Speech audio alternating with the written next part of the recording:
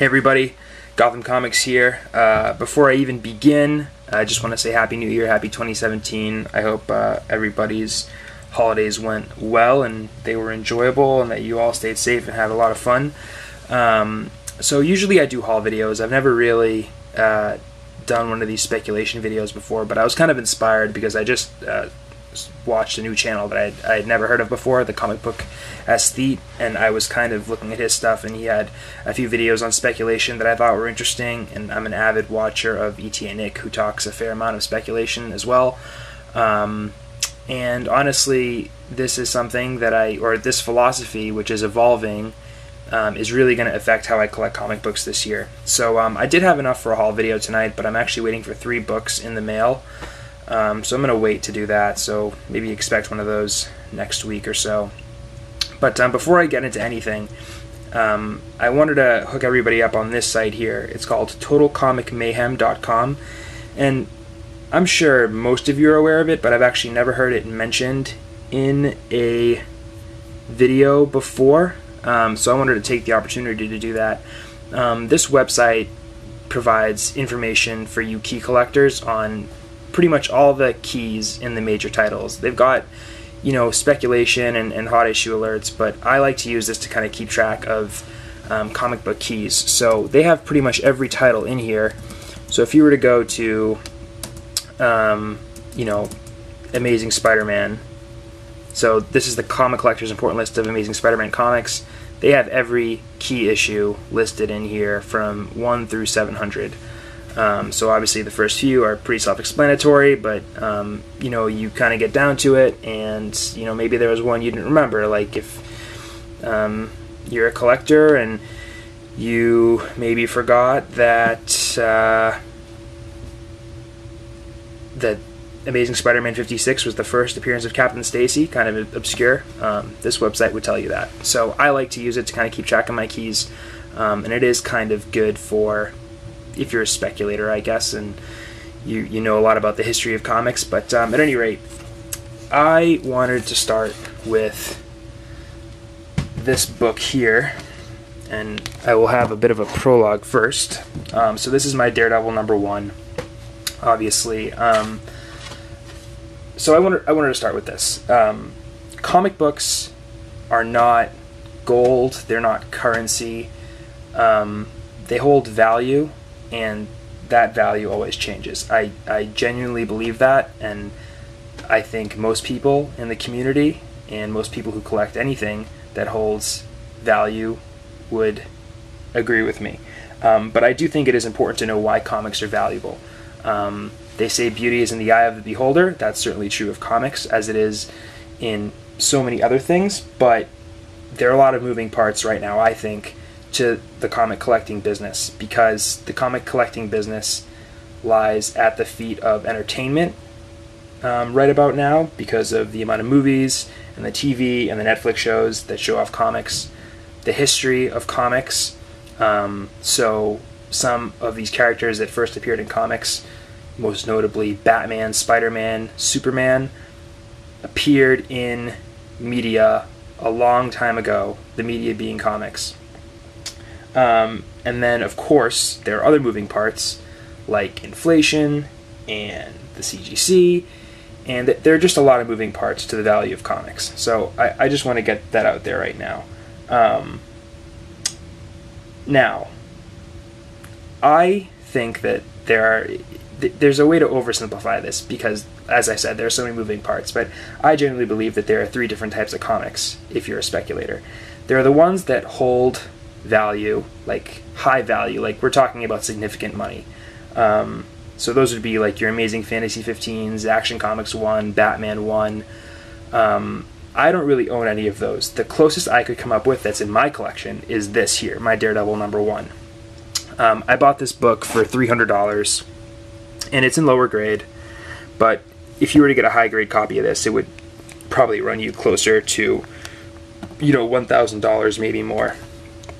But in my opinion, this is the closest book that I can show right now that's in my collection that is worth a relatively significant amount of money and will likely retain its value. There are very few comics that can do that, and in my opinion, this is one of them, though it is definitely on the lower end.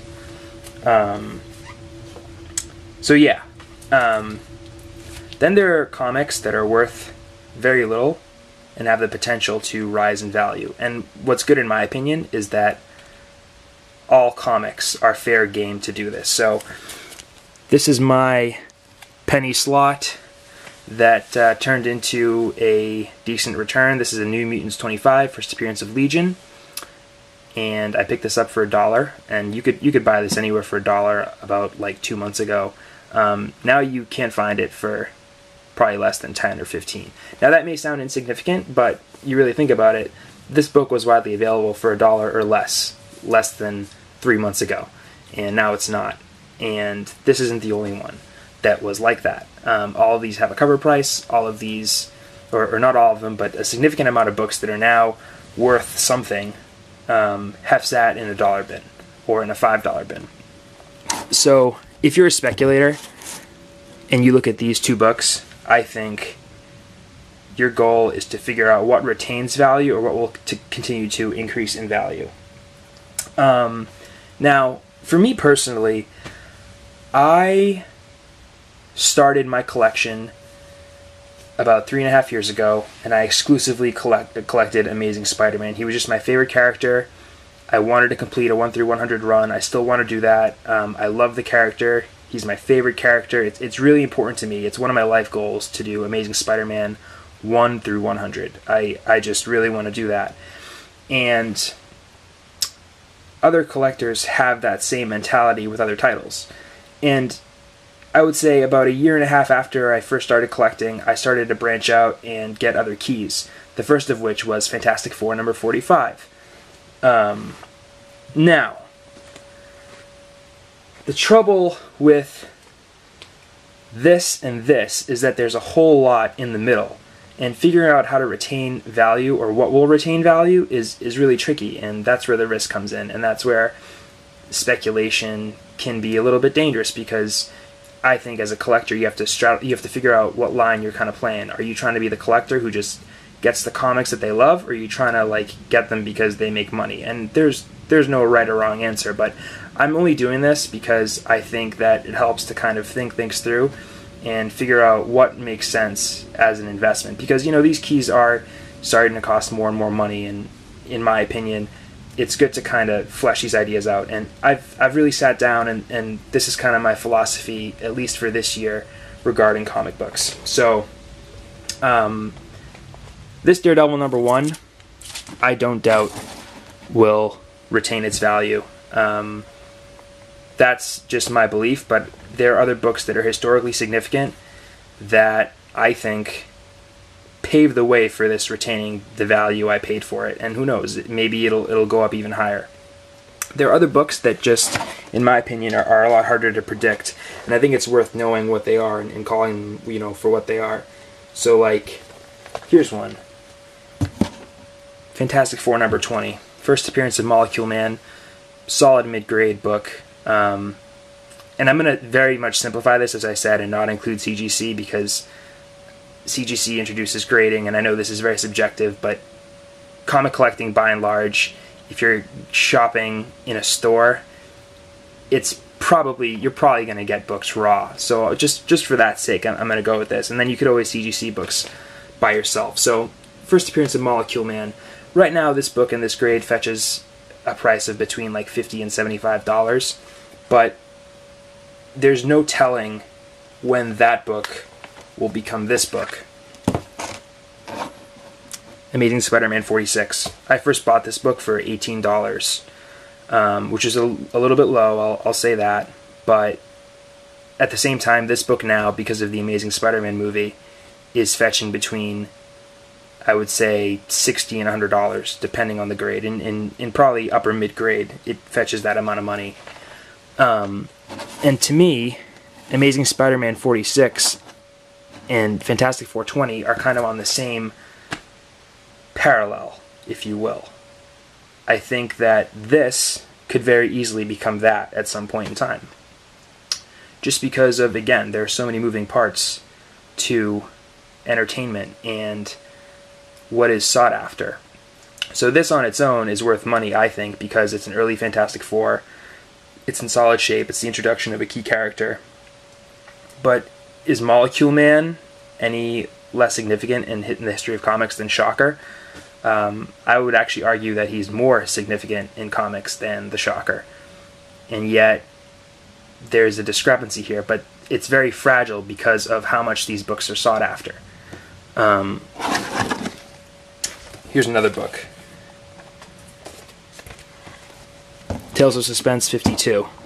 Now this book will probably run you in this shape around $200, but how much upside is there for this comic book? Will it just go up with inflation, or is there any more in pop culture or elsewhere that will drive the value of the first appearance of the Black Widow up?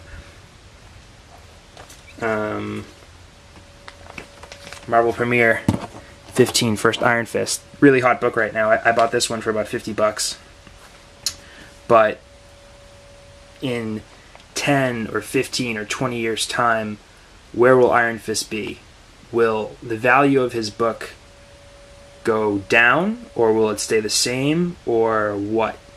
Is there going to be like a certain threshold where you get this book? And this really fascinates me, to be honest, because I think that there are some books that once they get to a certain price, it's really hard for them to get back down to that dirt cheap level. Now you could, at one point when I first started collecting, you could pick this book up for probably $20 and, you know, fine shape, but those days are gone right now, obviously because of the Netflix show that's coming up. And I'd be curious to see what happens with a bigger book like Iron Man 55 and how far the value of that book will go down once Thanos, the character, is done in the movies. So, a lot of stuff to keep your eye on. I bring this up because I spent serious money on comics last year, and I don't regret it because I'm very thankful for the books I got. In my last video was my top books of 2016, and I got a lot of really great books, but I can't deny that a part of why I collected some of those books was, in addition to them being cool and having nice artwork and being historically significant, I think it was also just the value of the book. I liked the idea that there was something sought after that other people wanted that I had, but also that these books were worth something. And if you're going to spend money on a comic, I think, number one, that has to be said out loud, and you also have to recognize the cost of making that kind of an investment and realizing that in a sense it is a risk. Not everything is going to be an Amazing Fantasy 15 or an Action Comics #1.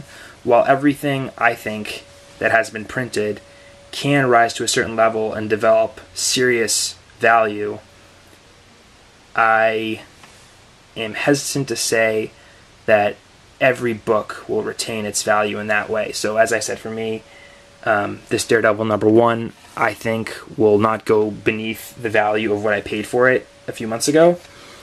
I picked up this Sergeant Fury #1. I don't see this book, due to inflation and just the overall historicity of this book, I don't see it going down much from its, like, you know, $350 to $400 value. But, you know, other books, you know, who's to say that this doesn't dip down?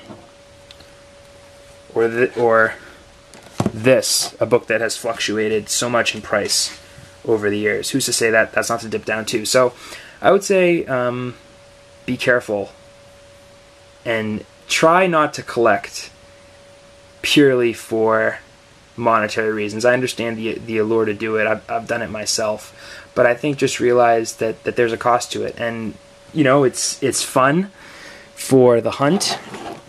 And, you know, that's one of the reasons I like collecting. I love the art. I love hunting for these books. I love the stories. They matter to me. I grew up with a lot of these characters. I love owning the first appearance of Daredevil and the first appearance of Vulture. But at the same time, it's not gold, and there's no guarantee. So I didn't say that as eloquently as I wanted. Hopefully you didn't get too bored. If you disagree with me, that's okay. I don't think I articulated everything perfectly, but I think I got the major points across. So I'm going to have a haul video probably in a week, and I hope you all check in. And yeah, and also check in on the first annual YouTube Comic Book Awards. I think it's at midnight Eastern Time on Saturday night, and that should be pretty fun to watch. So comment, like, subscribe, thumbs down if you want. I'm curious to hear your thoughts, and I hope this starts a good discussion. And I'm not the first person to take on this point. I certainly won't be the last, and I'm certainly not the best explainer, but this is my philosophy heading into the new year. I just kind of want to collect what I like, and if there happens to be value attached to these books, that's great. But yeah, anyway, thanks a lot, everybody.